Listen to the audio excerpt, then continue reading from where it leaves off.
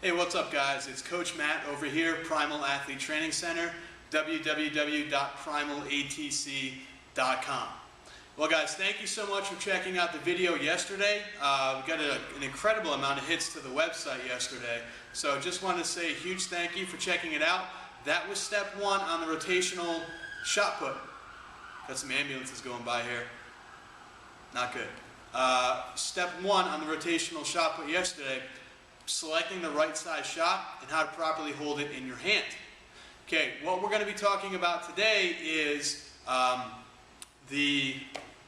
are we going to be talking about today? Oh, how to properly put it up against your neck and shoe selection. Now guys, properly putting the shot put up against your neck, this can get a little bit tricky, okay? It's sort of one of these things where it's different strokes for different folks. I mean, we've got, some guys that have really, really tall, really long necks, not a big trap. Some guys that are really short and stocky with no neck whatsoever.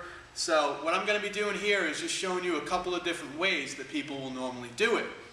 This is something where it's personal preference, and you really have to find your own way of doing it and see what feels best for you. All right, so once again, got this dinky little 4-pound shot. Unfortunately, we had our big state championship meet this weekend. We have New England's this upcoming weekend. This past weekend, New England's this upcoming weekend. So a lot of my shot puts are out on loan right now to kids. So all I've got is this 4 kilo. But we're going to show you anyway. Now, glide shot put. We showed you yesterday how to put it in the hand.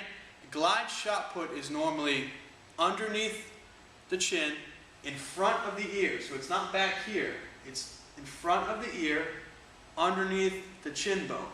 Okay, so you've got sort of the bend in your chin right there. It's right underneath.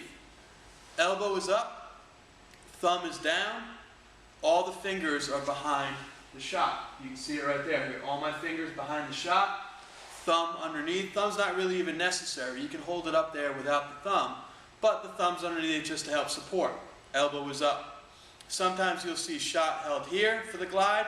Sometimes you'll see it held down below for the glide. And that all depends really on, again, personal preference, but it also depends on how you finish, how you actually complete the throw, launch the ball, the height that you throw it at, a bunch of other stuff, okay? The rotational shot put, the rotational shot, a lot of times what you see is it will be a little bit still on the ball of the hand, but a little bit further down. You also tend to see the shot more underneath the ear instead of in front of it. So I'll turn to the side. So where glide shot, you can see it here. The rotation, you usually see it underneath the ear, okay? This will typically help it come out a lot easier at the end. So you're not going to be throwing off of the chin. You're going to be throwing from behind, sort of the side of the head, the side of the neck, rather than trying to push out. You can just easily push and release that way. You'll see this will all make sense once we go through all the different steps. But that's what we're looking for. The rotational shot put. You want the ball a little bit closer, so not all the way at the outskirts of the ball of the hand where those calluses are.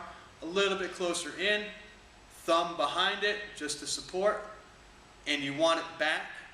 Elbow up, you never want that elbow down. Elbow up and underneath the ear, not in front.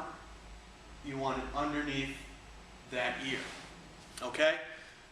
Please include and please remember what we talked about yesterday in yesterday's video, which was proper shot put selection, picking the right size for you.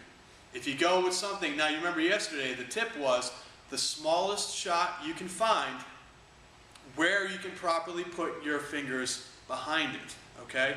You want to go super tiny, you don't want to go super huge, and this is why.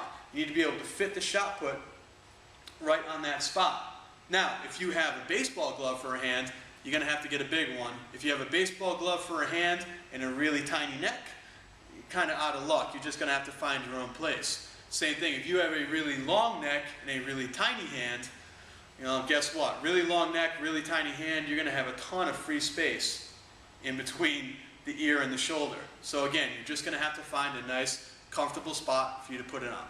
But you just got to make sure it's on the ball of the hand and it's underneath the ear, not underneath the chin. All right? The other thing I wanted to talk about today, don't roll too far. The other thing I want to talk about today is shoe selection. Now, for the most part, shoes have not changed shoes haven't changed probably in 15 plus years. A lot of the big companies out there, Adidas, Nike, Asics, Reebok, even Puma, if you can find those, have not changed. The colors have changed. What actually makes up the bottom of the shoe, percentage of virgin rubber and recycled rubber and carbon and all this other stuff that they try to sell you may have changed. But where the Velcro strap is on the shoe, that's probably changed a bunch of times. For the most part, the shape of the bottom of the shoe and the angles, the smoothness of the bottom of the shoe has not changed in 15, 20 years, maybe even more than that. Beginner shoes that are considered shot discus shoes typically look like a flipper that you would use if you were like scuba diving, a fin that you would use if you were scuba diving. They are completely flat and completely squared off on the heel, wider in the front, and flat on the bottom with rounded edges. That is typically for somebody who does the glide, shot put, and the discus. So they're flat enough for the glide and they're smooth enough for the discus. When you are being a sole rotational thrower, no pun intended, sole rotational thrower, God, that's horrible. What you want to do is you want to find one that has a rounded bottom. So you see, this is an old Nike Zoom Rotational. This is from like 1997, 1998. And again, they haven't changed in 13 plus years. It's the same exact bottom. I think it's green now instead of black, but it's the same exact bottom. You can tell from looking, it's totally rounded on the side.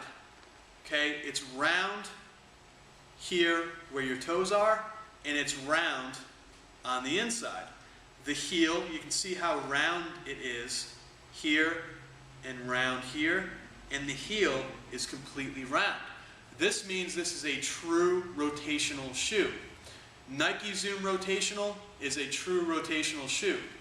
Adidas makes the Adastar Rotational, I believe it's called, which is a true rotational shoe. It's a fully rounded bottom.